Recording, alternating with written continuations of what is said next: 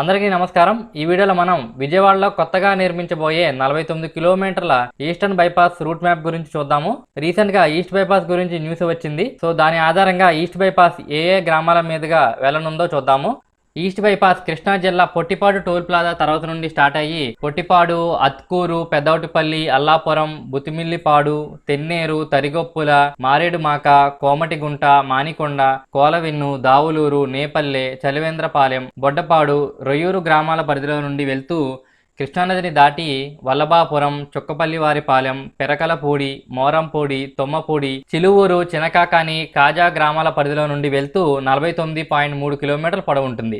ఎగ్జాక్ట్గా ఈ east bypass ఎక్కడ ఎండ్ అవుతుందో తెలియదు, కానీ మ్యాక్సిమం ప్రస్తుతం నిర్మిస్తున్న వెస్ట్ బైపాస్ ఎక్కడ ఎండ్ అవుతుందో ఈ కొత్త ఈస్ట్ బైపాస్ కూడా అక్కడే ఎండ్ అవుతుందని సమాచారం। ఇంకా ఏ గ్రామాల మీదుగా వెళ్తుందో మీరు ఈ పిక్చర్లో చూడొచ్చు। ఇంకా ఈస్ట్ బైపాస్ అలైన్మెంట్ అండ్ డిపిఆర్ని ఆమోదించాల్సి ఉంది। ఈ రూట్ మ్యాప్లో స్వల్ప మార్పులు చేసినప్పటికీ మ్యాక్సిమం ఈ రూటే ఫైనలైజ్ అయ్యే అవకాశం ఉందని సమాచారం। ప్రస్తుతం ఉన్న సమాచారం ప్రకారం ఈస్ట్ బైపాస్ని 49.3 కిలోమీటర్ల పొడవు 4 వరుసలుగా 40 మీటర్ల రైట్ ఆఫ్ వేతో నిర్మిస్తారు। ఫ్యూచర్లో 6 లేన్లుగా వెడల్పు చేసుకోవడానికి ఈ 60 మీటర్ల రైట్ ఆఫ్ వే సరిపోతుంది। ఈస్ట్ బైపాస్ కోసం 295 ఎకరాల భూమిని సేకరించాల్సి ఉంది। అలాగే 4,608 కోట్లు ఈ ప్రాజెక్ట్కి ఖర్చు అవుతాయని అంచనా। 100 కిలోమీటర్ల డిజైన్ స్పీడ్తో వాహనాలు వెళ్లేలాగా ఈ హైవేని డిజైన్ చేస్తారు। ఈస్ట్ బైపాస్ లో కృష్ణా, గుంటూరు జిల్లాలను కలుపుతూ రొయ్యూరు, వల్లభాపురం మధ్యన కృష్ణా నదిపై 3.75 కిలోమీటర్ల భారీ బ్రిడ్జ్ రాబోతుంది। అలాగే తరిగొప్పుల, మోరంపూడి దగ్గర 2 ఆర్ఓబీలు, స్టార్టింగ్ అండ్ ఎండింగ్ పాయింట్స్ లో 2 ట్రంపెట్ ఇంటర్చేంజెస్, దావులూరు దగ్గర మచిలీపట్నం విజయవాడ హైవే క్రాస్ చేయడానికి ఒక ఫ్లైఓవర్ వస్తుంది। మనకి డిపిఆర్ ఫైనలైజ్ అయ్యాక ఎక్కడెక్కడ అండర్ పాస్లు, సర్వీస్ రోడ్లు వస్తాయని ఇంకా ఎగ్జాక్ట్ ఇన్ఫర్మేషన్ వస్తుంది ఈస్ట్ బైపాస్ గురించి। ప్రస్తుతం విజయవాడలో నిర్మిస్తున్న వెస్ట్ బైపాస్ని 48 కిలోమీటర్ల పొడవుతో చినవుటిపల్లి నుండి గొల్లపూడి మీదుగా చినకాకాని వరకు నిర్మిస్తున్నారు। విజయవాడలో ఈ ఈస్ట్ బైపాస్ వల్ల మచిలీపట్నం, గుడివాడ వైపు నుండి వచ్చే ట్రాఫిక్ మాత్రం తగ్గే అవకాశం లేదు। సో విజయవాడలో మరింత ట్రాఫిక్ తగ్గించడానికి తూర్పున ఈస్ట్ బైపాస్ ని నిర్మించడానికి ప్రపోజ్ చేశారు। కొత్త ఈస్ట్ బైపాస్ వల్ల గుడివాడ, మచిలీపట్నం, తెనాలి వైపు కనెక్టివిటీ బాగా పెరుగుతుంది। మొత్తం 2 బైపాస్లు కంప్లీట్ అయితే ఏలూరు, నున్న, ఇబ్రహీంపట్నం, అమరావతి, గుంటూరు, తెనాలి, మచిలీపట్నం, గుడివాడ మధ్యన కనెక్టివిటీ పెరిగి చెన్నై, కోల్కతా, హైదరాబాద్ల వైపు నుండి వచ్చే వాహనాలు సిటీలో ఎంటర్ కాకుండా బయటకు వెళ్ళిపోవచ్చు। బందర్ నిర్మాణం పూర్తి అయితే ఈ విజయవాడ రింగ్ రోడ్ బాగా యూజ్ అవుతుంది। ఈ కొత్త ఈస్ట్ బైపాస్ గురించి కొన్ని కీ పాయింట్స్ చూద్దాము।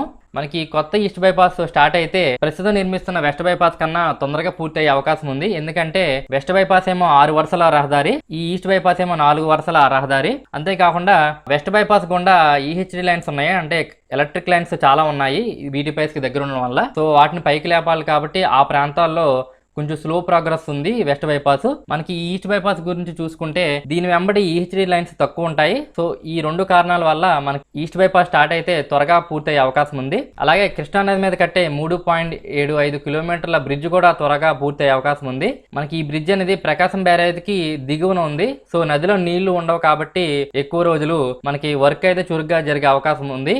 అలాగే ఇంకొక పాయింట్, మనకి ఈస్ట్ బైపాస్ వెస్ట్ బైపాస్ తో కంపేర్ చేస్తే జనసాంద్రత తక్కువ ఉండే ప్రాంతాల మీదుగా వెళ్తుంది। ప్రాథమికంగా ఈ ప్రాజెక్ట్ కి 4,608 కోట్లు ఖర్చు అవుతాయని అంచనా। 4,608 కోట్లలో 1,176 కోట్లు భూసేకరణ ఖర్చు అవుతాయి। జనరల్ గా ఏదైనా హైవే కట్టినప్పుడు దానికి సంబంధించిన భూసేకరణకు అయ్యే ఖర్చులో కొంత భాగం స్టేట్ గవర్నమెంట్, కొంత భాగం సెంట్రల్ గవర్నమెంట్ భరిస్తుంది। లైక్ 50% లేదా 25%, 70% అలా భరిస్తారు। కానీ ఈస్ట్ బైపాస్ ల్యాండ్ అక్విజిషన్ కోసం అయ్యే ఖర్చు అంతా ఎన్హెచ్ఏ వాళ్ళు భరించనున్నారు।